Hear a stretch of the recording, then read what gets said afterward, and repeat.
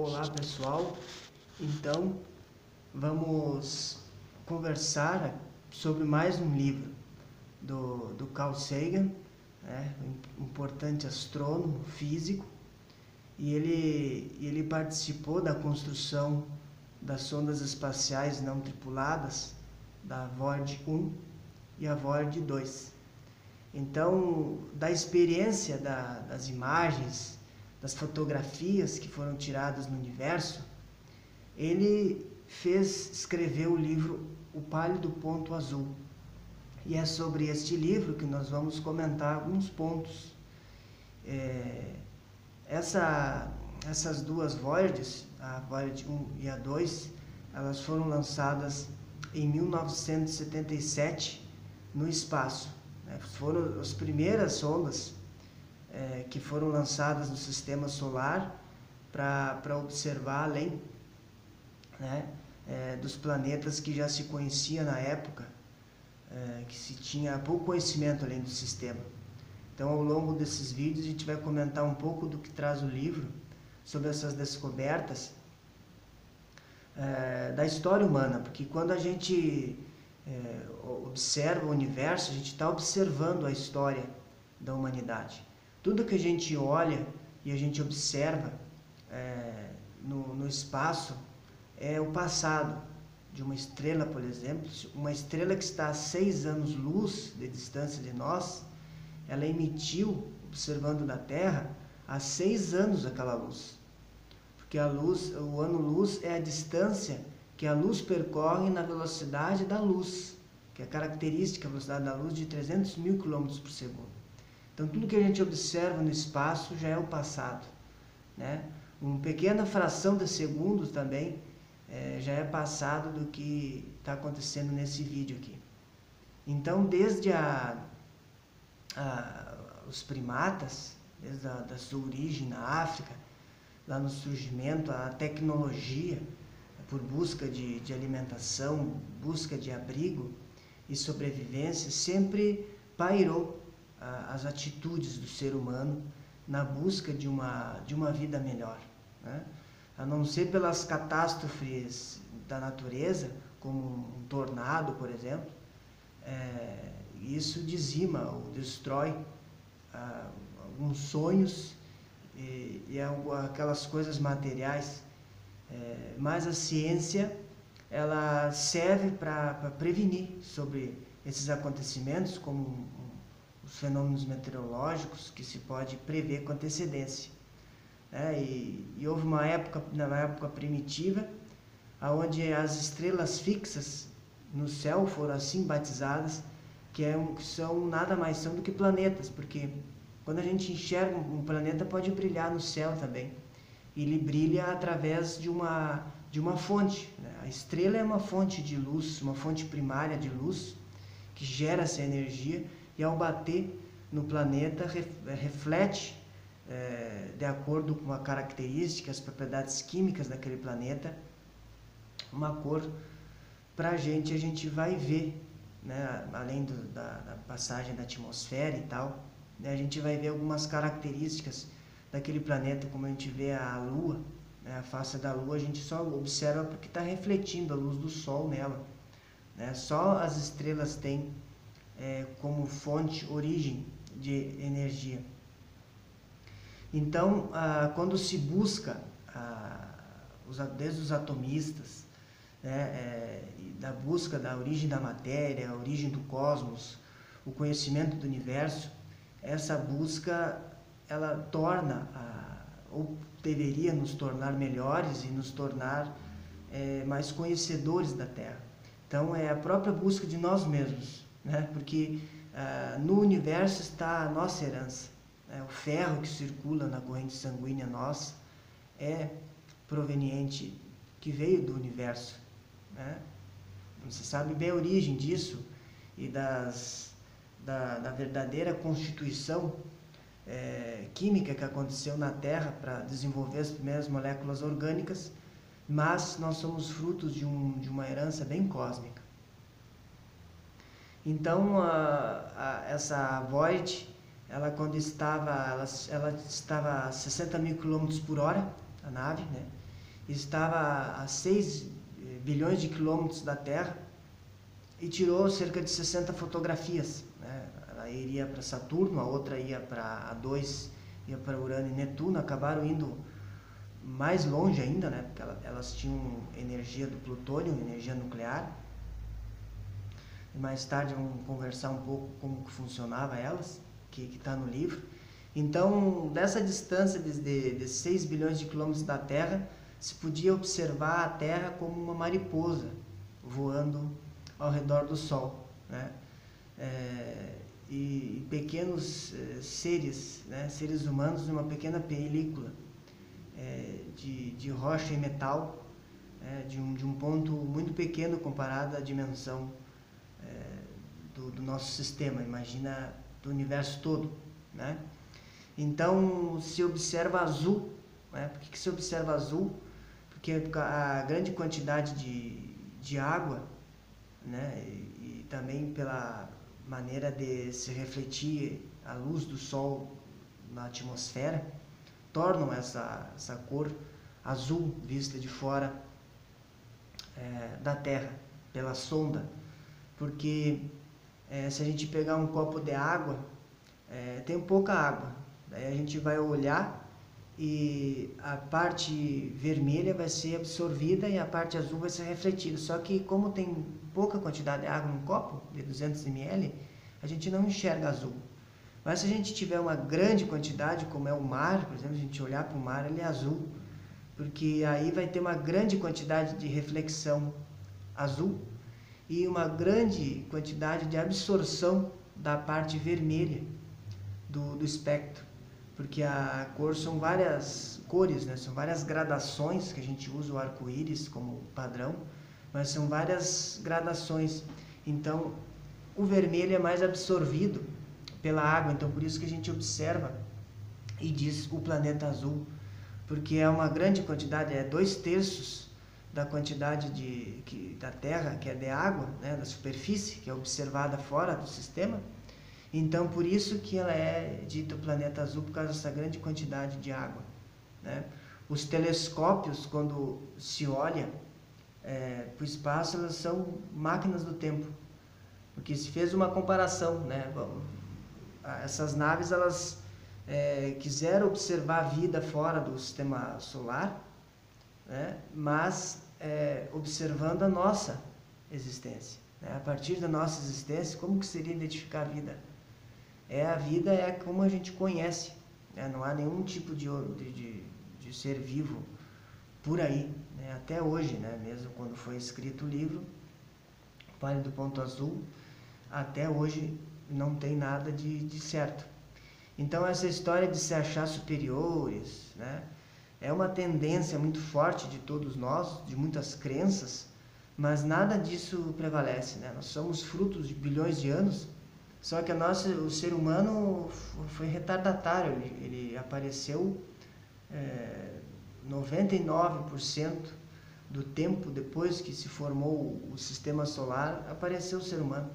Então essa ideia de superiores gerou a ideia da Terra como centro do universo e gerou a ideia, depois que caiu também, né, porque a ideia da Terra plana também já caiu, que as pessoas não saíam muito de casa, então para elas a Terra era plana mesmo, né? Não tinha como saber. Se eu olhar no pátio de casa assim, não vou observar muita diferença, mas se eu começar a olhar o barco no horizonte que aparece, né, as velas primeiro do que o casco, a gente vai começar a observar que a Terra é redonda. Depois a gente começou a discutir se a Terra era o centro do universo, também não caiu isso, caiu lá com Copérnico. Depois o Galileu falava sobre a questão da observação e experimentação, que era muito importante, né? E ele olhou pela luneta, pelo telescópio que ele reorientou, ele reconstruiu, aperfeiçoou o telescópio, a luneta, e conseguiu observar aquilo que o Copérnico já achava, que o Sol era o centro do nosso sistema solar, né? e os planetas giravam em órbita do Sol. Então, a partir do Copérnico, em teoria, o Galileu, pela experimentação, porque ele viu, e as sondas espaciais, então, observou isso e registrou isso com fotos, né? Então, fechou o ciclo, caindo por terra a teoria do geocentrismo, que é a teoria de que o Sol gira ao redor da Terra. Isso caiu, essa teoria, né, pelos estudos dos modelos científicos. É o modelo heliocêntrico, que são os planetas que giram ao redor do Sol, e depois, mais tarde, se achou que é a nossa galáxia, né, a Via Láctea, que recebeu esse nome porque ela é vista de longe, né, se pega várias fotografias e se monta, né, se faz uma estatística de como é a Via Láctea, porque a gente nunca saiu fora da Via Láctea, né, fora do Sistema Solar já. Então, se pega algumas fotos do sistema da nossa galáxia, tem vários sistemas além do nosso Sistema Solar, e se faz uma análise de como que é, né? Dá uns 100 mil anos-luz de diâmetro, mais ou menos. É muito grande, né? Então, se achou que nós estávamos no centro. Outro engano, nós também não estamos, né, no centro da nossa galáxia. Não há sentido nenhum falar em centro no Big Bang, porque não há em cima e embaixo no universo. Então, essas ideias que, com o passar do tempo, foram caindo, né? Tem uma história interessante da introdução do livro do Copérnico, que falava sobre esses movimentos dos planetas, né? Um teólogo pegou e escreveu sem que o Copérnico tivesse sabendo disso. Então, ele falou no final, ele diz assim que quem leu aquele livro, quem leu o livro do Copérnico ficava mais tolo do que antes, né? Então, são as condutas, essas crenças, nós somos muito mais imbuídos em acreditar naquilo que a gente pensa do que aquilo que vai contra aquilo que a gente pensa. Então, durante muito tempo, as tradições religiosas embateram com as questões científicas. As questões científicas propõem um modelo de explicação através de um método científico e investigativo, né, que tem que provar, tem que passar por teorias, pela matemática e pela experiência. Então, há esses métodos assim. No caso de algumas crenças, não há nenhum tipo de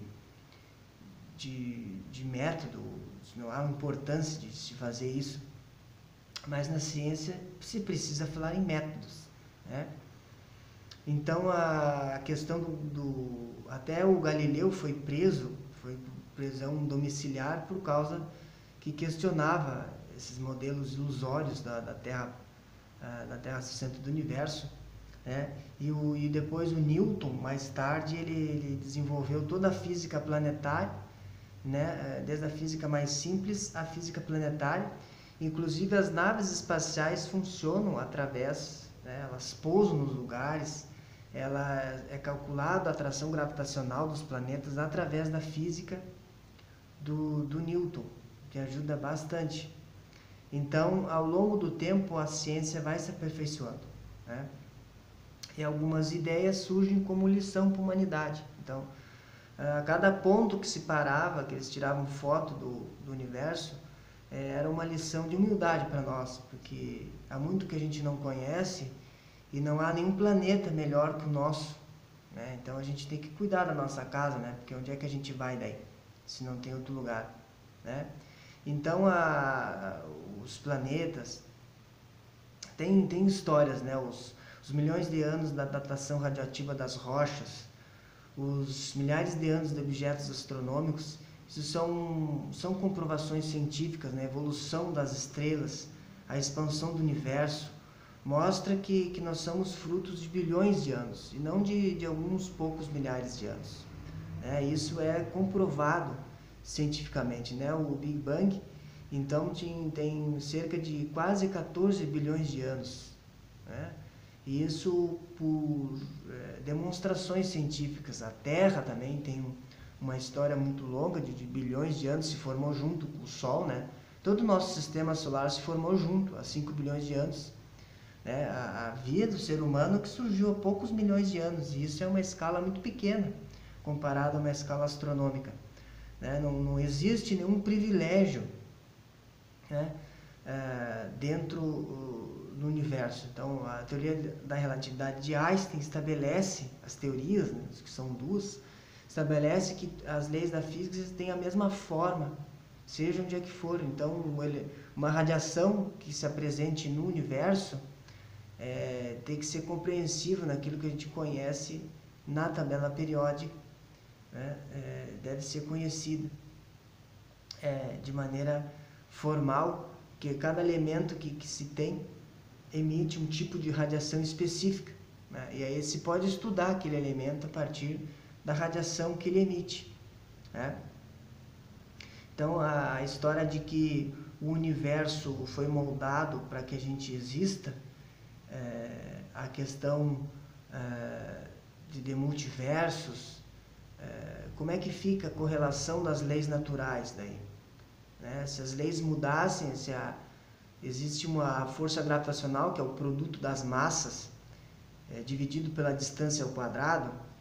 Se essa distância não fosse ao quadrado, se essa distância fosse na 1 só, iriam se afastar os planetas iriam se atrair. O que iria acontecer? Então, a gente teria muitas coisas diferentes. Então, no universo antropomórfico, que é aquele universo que diz que o homem que é o centro do universo, tudo é feito para que ele exista, é muito difícil, porque pode estar aberto a questão de existir vidas em outros planetas também. Então, não tem como comprovar as teorias dos multiversos, essas correlações das leis naturais, que elas iriam mudar e continuar estabelecendo a nossa existência no universo. A gente não tem como comprovar isso, né?